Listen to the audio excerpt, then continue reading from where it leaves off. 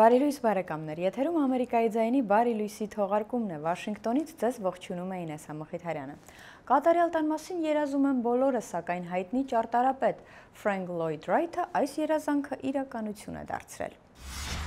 Ամերիկացի ճարտարապետ նորարար Ֆրենք Լոյդ Ռայթի ավանդը ահռելի է արևմտյան ճարտարապետության պատմության մեջ։ Ռայթի բազմաթիվ հանրահայտ ստեղծագործությունների շարքին են պատկանում Նյու Յորքի Գուգենհայմ թանգարանը, Թալիեքին Ուեսթը Արիզոնայում, Էնիս Հաուսը Լոս Անջելեսում եւ Փենսիլվանիայի հանրահայտ ջրվեժի վրայի տունը։ 20-րդ դարի 30-ական թվականներին մեծ դեպրեսիայի տարիներին Ֆրենք Լոյդ Ռայթը ԱՄՆ-ում առաջ քաշեց քաղաքների եւ լայն հորիզոնների մասին ճարտարապետական փիլիսոփայական տեսությունը եւ ուսոնյան ոճը։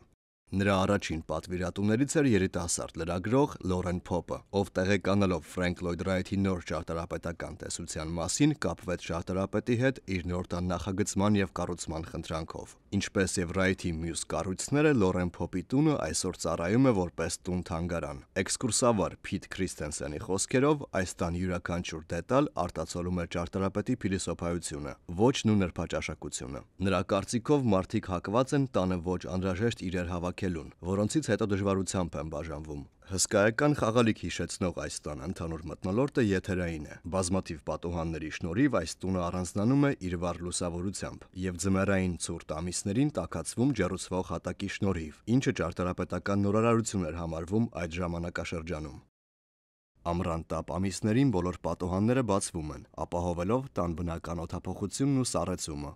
Տան ներքին հարդարանքն ու ընդհանուր կահավորանքը զուսպ է, մինիմալիստական։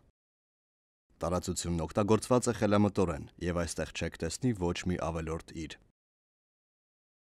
Օրգանական ճարտարապետության սկզբունքներին հավատարիմ Ֆրենք Լոյդ Ռայթը իհարկե տան հարակից բնության հրաշագեղ տեսարանները համադրել է տան ճարտարապետության հետ։ Այս դռները բացելով ուղղակիորեն հայտնվում եք բնության գրկում։ Տունը բաժանված է տարբեր հատվածների՝ մասնավոր եւ ընդհանուր։ Ննջարանները բավականին փոքր են եւ առանձնանում են տան մյուս հատվածներից։ Ռայթը հատուկ էր այսպես նախագծել, ավելի մեծ տարածություն հատկացնելով հյուրասենյակին եւ ընդհանուր տարածքին, որպեսզի մարդիկ կարողանային այստեղ լիարժեք վայելել իրենց հանգիստն ու ավելի հաճախ շփվել միմյանց հետ։ Իսկ խոհանոցը հատուկ նախագծել էր հյուրասենյակին կից, որպեսզի տանտերը կարողանար հետևել կերակուրի պատրաստմանն ու միաժամանակ չընդհատեր իր զրույցը հյուրերի եւ ընկերների հետ։ Ուսոնյան ոճի այս տան նախագծում ակնհայտ է նաև ճապոնական ճարտարապետության ազդեցությունը։ Ֆրենք Լոյդ Ռայթը օգտվելով իրեն ընձեռված բացարձակ ստեղծագործական ազատությունից այս եւ այլ նմանատիպ տների նախագծում հրաժարվեց ավտոտնակի, նկուղի, խորդանոցի եւ ավելորդ սենյակների գաղափարից։